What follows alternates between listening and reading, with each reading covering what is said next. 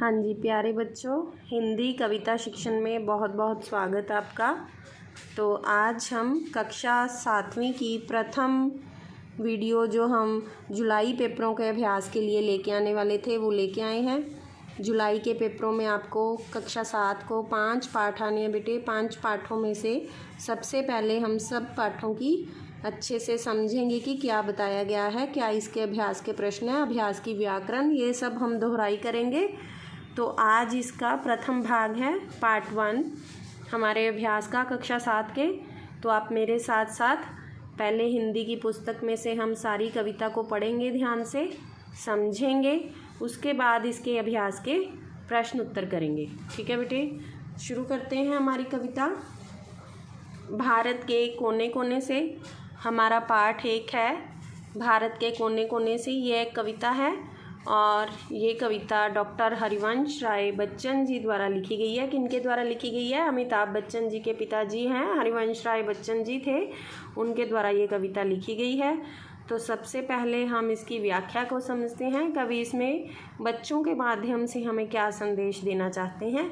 सबसे पहले शुरू करते हैं। भारत के कोने कोने से हम सब बच्चे आए हैं। कवि कह रहे हैं कि भारत के बच्चे जो क्या कह रहे हैं कि हम भारत के कोने कोने से आए हैं। हम सब बच्चे इकट्ठे होकर भारत माता के कोने कोने से, जगह जगह से आए हैं। नई उमंगों आशाओं का हम संदेशा लाए हैं। हम अपने मन में नई उमंगों और आशाओं का संदेश आप लोगों के लिए लेकर आए हैं। हम गिरी की ऊंचाई लाए। गिरी का भाव होता है बेटे पर्वत। हम पर्वत के समान अपने विचारों में ऊंचाई लेकर आए हैं। हम सागर के समान गहराई भी लेकर आए हैं। हम पूरब से आए लाए प्रातः किरण की अरुणाई। बेटे सूर्य हमेशा पूरब से उगता है ना, और सूर्य की किरणें लाल होती हैं, उगते हुए सूर्य की किरणें। तो इसीलिए कहा गया है कि हम जब पूरब से आते हैं तो उगते हुए सूर्य का लाल रंग लाते हैं। किरणों का जो लाल रंग है वो हम लेकर आते हैं। आगे देखते हैं अगले पैरे में। भारत के कोने कोने से हम बच्चे आए हैं। नई उमंगों आशाओं का हम संदेशा लाए हैं। हम पश्चिम से आए। अभी बच्चे कहाँ से आ रहे हैं? पश्चिम से। पश्चिम में क्या है? राजस्थान। लाए आग राग राजस्थानी। राजस्थान बहुत ही गर्म इलाका है, तो इसीलिए आग और राग राजस्थान का गीत गायन रंग बहुत अच्छा है। इसलिए वो क्या कह रहे हैं कि हम पश्चिम से जब आ रहे तो हम राजस्थान की गर्मी और वहाँ का राग अपने साथ लेकर आए हैं। हम लाए हैं गंगा जमुना के संगम का निर्मल पानी। हम अपने साथ गंगा जमुना के संगम का निर्मल पवित्र मीठा पानी लेकर आए हैं। भारत के कोने कोने से हम सब बच्चे आए हैं। नई उमंगों आशाओं का हम संदेशा लाए हैं। हम अपने साथ नई उमंगों और नई आशाओं का संदेश लेकर आए हैं। इसका लास्ट पैरा देखते हैं बेटे।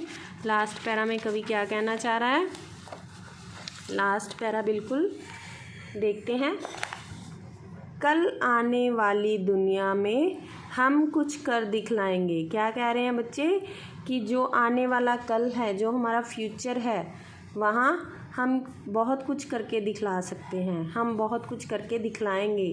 भारत के ऊंचे माथे को ऊंचा और उठाएंगे। हमारा देश जो भारत, पहले से ही जिसका सर गर्व से ऊंचा रहता है, हम उसके सर को, उसके गर्व को और भी सबल बनाएंगे और भी ऊंचा उठाएंगे। भारत के कोने कोने से हम सब बच्चे आए हैं। नई उमंगों आशाओं का हम संदेशा लाए हैं। हम नई उमंगों और आशाओं का संदेश आप लोगों के लिए लेकर आए हैं। तो मेरे ख्याल में कविता आपको समझ में आ गई होगी। तो चलते हैं हम इसके अभ्यास के प्रश्न उत्तरों की तरफ और साथ ही साथ इसकी अभ्यास की व्याकरण की तरफ। आप सभी बच्चे अपनी अपनी पुस्तक खोल के साथ में बैठेंगे।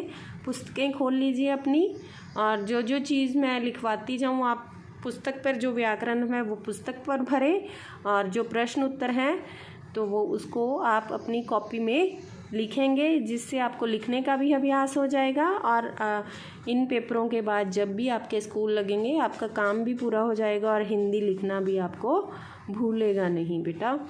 तो चलो शुरू करते हैं हम अभ्यास हल सहित, सारा अभ्यास इसका हल के साथ। तो सबसे पहले हम शुरू करते हैं इसकी गुरुमुखी से देवनागरी। शब्द जो आपको दिए भी हुए हैं पुस्तक में, खोल के आप पुस्तक देखो। गुरुमुखी से देवनागरी, पंजाबी में आपको लिखे मिलेंगे गुरुमुखी भाषा में, गुरुमुखी लिपि में, और आपको देवनागरी लिपि में शब्दों को लिखना आएगा। पेपर में कैसे आएगा, आपको एक शब्द पंजाबी का दे दिया जाएगा और 4 ऑप्शंस दी जाएंगी। आपको कहा जाएगा कि इसका हिंदी अनुवाद क्या होगा। ठीक है बेटे। भारत, ये सभी आप देखें, आपकी पुस्तक में सॉल्व किया हुआ है, हल करके आपकी पुस्तक में ये दिया गया है। ठीक है बेटे। तो हम आगे चलते हैं। ये आपको दिख गया होगा। लाली का अर्थ देखो, लाली अरुणाई, मैंने आपको व्याख्या में भी समझाया था। समुंदर, सागर, साफ, निर्मल, सवेरा, प्रातः, पर्वत, गिरी, अंक, आग, आस, आशा, मेल, संगम। तो पहला प्रश्न हम लेते हैं, गीत गाने वाले बच्चे कहाँ से आए हैं। तो हमारी ये पहली ही लाइन थी, गीत गाने वाले बच्चे कहाँ से आए थे। गीत गाने वाले बच्चे भारत के कोने कोने से आए हैं। तो ये आप साथ में अपनी कॉपियों में लिखेंगे। दूसरा हमारा प्रश्न है, भारत के कोने कोने से कविता में बच्चे क्या संदेश लेकर आए हैं। तो नई उमंगों और आशाओं का संदेश लेकर आए थे ना बच्चे। तो ये आपको 4 ऑप्शंस देके बीच में ये नई उमंगों आशाओं का संदेश लिखा होगा एक ऑप्शन में। तो आपको क्या टिक लगाना होगा ये कि कविता में बच्चे क्या संदेश लेके आए हैं, नई उमंगों और आशाओं का संदेश लेकर आए हैं। कविता में गिरी और सागर का क्या अर्थ है। अभी हमने कर लिया ऊपर, गिरी और सागर का क्या अर्थ है। गिरी का अर्थ है बेटा पर्वत और सागर का अर्थ है समुंदर। गिरी का अर्थ है पर्वत और सागर का अर्थ है समुंदर। बच्चे अपने देश के लिए क्या करना चाहते हैं। लास्ट पैरे में हमने क्या देखा था, भारत के मस्तक को और ऊंचा उठाना चाहते हैं। बच्चे अपने देश के माथे को और ऊंचा उठाना चाहते हैं। ठीक है बेटे।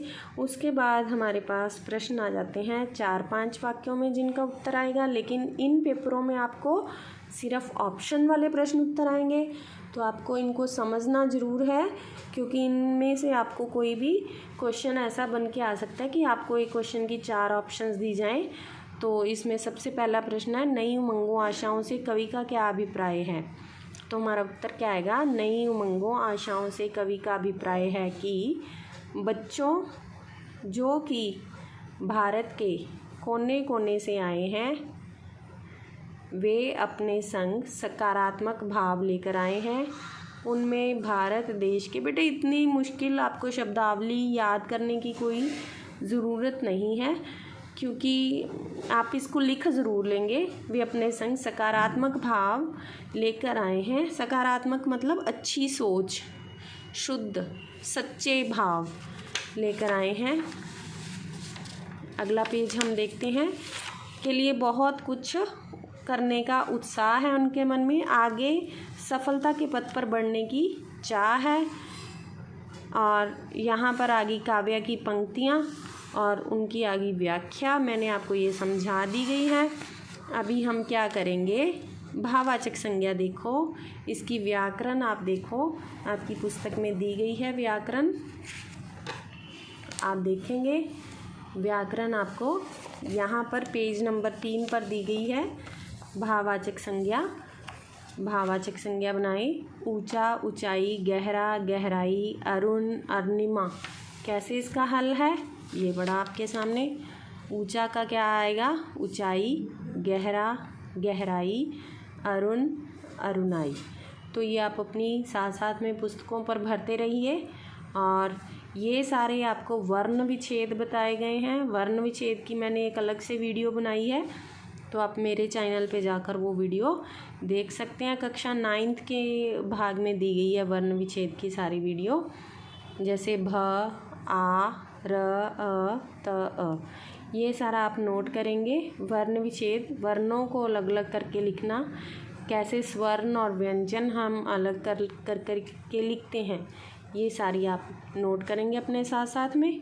इनका एक स्क्रीनशॉट ले लीजिए, फिर अपनी पुस्तक में फिल कर लेना। बेटे ये जो शब्दों के नीचे हलंत लगा है ना, ये व्यंजन है। व्यंजन के नीचे हलंत लगाना ज़रूरी होता है। वर्ण दो तरह के होते हैं, एक होता है स्वर, एक होता है व्यंजन। ये जो मात्रा वाले होते हैं वो सारे स्वर होते हैं, इनके नीचे हलंत नहीं लगता, लेकिन जो दूसरे होते हैं वो उनके नीचे हलंत लगता है, मात्रा के बिना जो हमारे पास वर्ण होते हैं। ठीक है, तो आगे हम देखते हैं समान अर्थ वाले शब्द। गिरि का अर्थ क्या हुआ? पर्वत। किरण, किरण का अर्थ हुआ म्यूक, पूरब, पूरब दिशा। माथा, मस्तक। संदेशा, संदेश। प्रातः, सुबह। सागर, समुंदर। पानी, जल। दुनिया, संसार, दुनिया, संसार। समझ में आ गई होगी आपको। उसके बाद हम आगे चलते हैं। हमारे पास आ गया बहुवचन। रूप चुने। बहुवचन बनाने, हमें वचन बदलो करना है इसका। आशा, आशाएं। किताब में साथ साथ भरते जाएं बेटे। कोना, कोने। ऊंचा, ऊंचे। संदेशा, संदेश, संदेशे। कहाँ बिंदी लगाई है, कहाँ नहीं लगाई, ध्यान रखना है। यहाँ आशाएं पे लगाई है, कोने पे नहीं लगी। उमंग, उमंगे। बच्चा, बच्चे। ठीक है बेटे। फिर आपको ये आएगा, पक्का आएगा फिलअप्स की टोन में। पंक्तियाँ पूरी करनी है, खाली स्थान भरो। हम गिरी की डैश लाए, ऊंचाई लाए। हम सागर की गहराई लाए। हम पश्चिम से आए लाए, आग राग राजस्थानी। हम लाए गंगा जमुना के संगम का निर्मल पानी। तो ये आपको समझ में आ गया होगा। आप इसे अपनी किताब में फिल कर लें। और पहले हम सारा सिलेबस पूरा करेंगे जो हमें जुलाई तक के पेपरों में आना है। साथ साथ में आप मेरे अभ्यास भी करना। मेरी वीडियो को एक बार 2 बार सुनना, तो आपको पाठ जो है अच्छे से हो जाएगा। फिर उसके बाद आपको पेपर में गलती का चांस नहीं रहेगा। बेटे वीडियो को ज़रूर ध्यान से सुनना है ताकि आपको ये समझ में आ जाए। उसके बाद जो पुस्तक की व्याकरण है उसको पुस्तक में लिख लें, और जो प्रश्न उत्तर हैं उसको आप कॉपी में उतार लें। ठीक है बेटे। वीडियो को लाइक, शेयर, सब्सक्राइब करना नहीं भूलना, और बेल आइकन ज़रूर दबाना है ताकि आने वाली सारी वीडियो की नोटिफिकेशंस आपको मिलती रहे। धन्यवाद।